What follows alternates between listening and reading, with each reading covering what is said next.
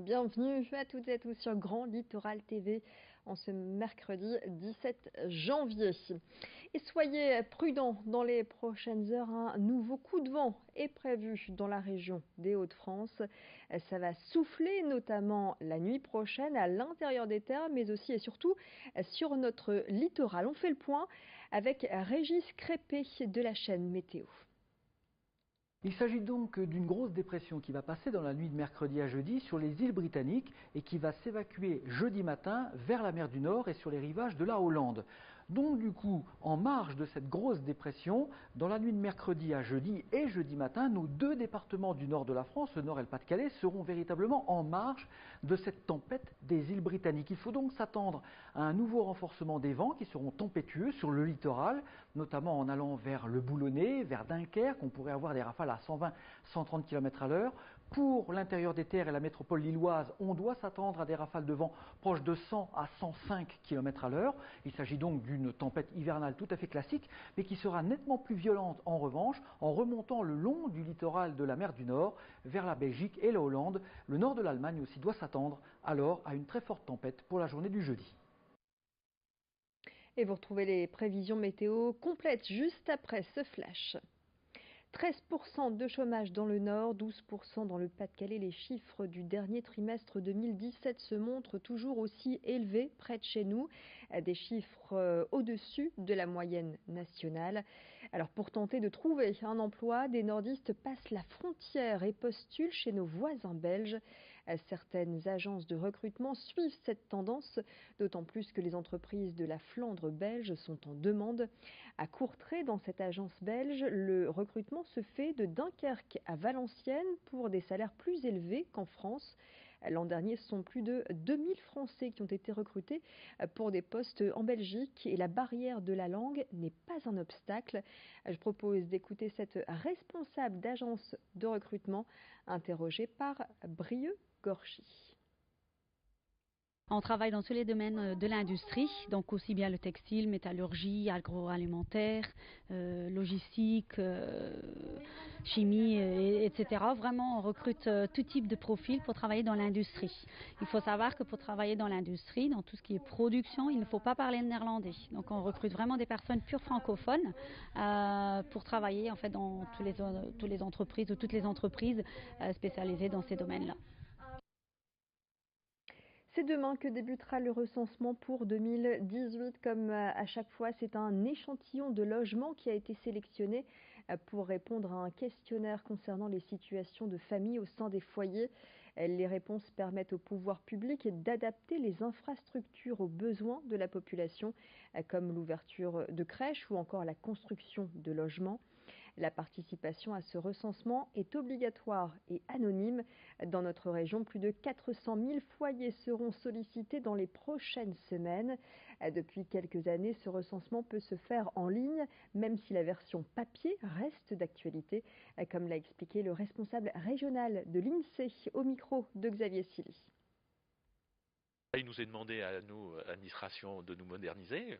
Une des façons, c'est évidemment la collecte de l'information par Internet.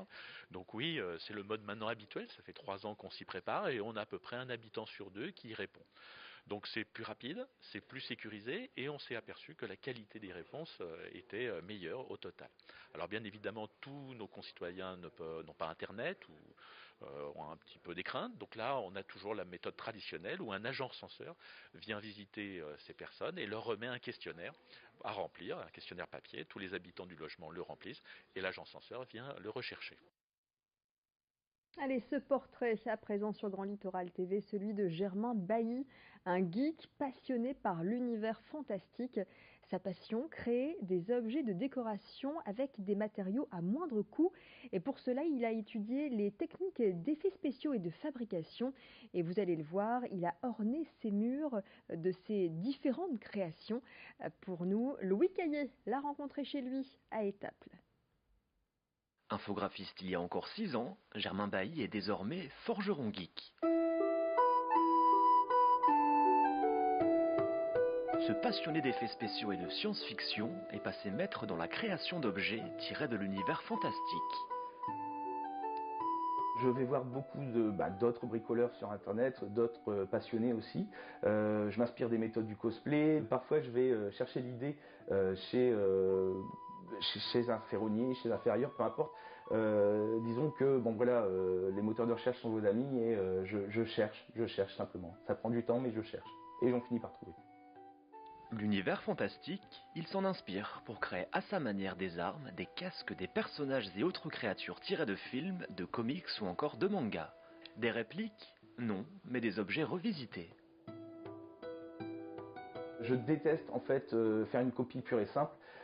C'est sûr qu'au début, quand j'ai commencé à fabriquer, il fallait que je fasse au plus proche, j'essayais de m'inspirer d'eux. Maintenant, je préfère mettre ma touche dedans. Il faut que ça soit personnel. J'essaye de faire en sorte qu'on reconnaisse de là d'où ça vient, mais il faut qu'il y ait ma touche à moi dedans. Sa touche, c'est notamment l'emploi de matériaux du quotidien ou de récupération. Avec lui, un simple tapis de sol devient une arme. Là, en l'occurrence, on s'est amusé on a commencé sur un projet de marteau un peu hydraulique, un peu n'importe quoi, mais tout simplement avec du tapis de gym, du tapis de sol, comme tu peux voir ici, qui a été coupé, collé au pistolet à colle. Donc encore une fois, peu de moyens, peu de budget, mais on arrive à avoir des formes assez amusantes que par la suite on habillera, qu'on travaillera, qu'on peindra et qui pourront donner des textures de métal, des textures de bois ou des choses comme ça. C'est très long, il faut être patient, mais voilà, ça n'est que du temps. Si on est prêt à l'accorder, on peut obtenir des résultats sympas et assez rapidement en fait. Dernièrement, Germain Bailly s'est lancé dans des tutoriels vidéo. Sa volonté, partager au plus grand nombre sa passion, mais surtout ses techniques. J'ai mis en place depuis à peu près 6 mois maintenant une chaîne Twitch sur laquelle en fait je fais des lives de bricolage. C'est-à-dire que je présente de A à Z un projet, comment fabriquer telle ou telle chose, que ça soit une arme, une sculpture, et là en l'occurrence c'est un plateau de jeu. J'ai envie en fait de montrer aux gens que tout est accessible, il suffit d'être patient et d'avoir envie de le faire. Un geek, oui, mais un geek pédagogue.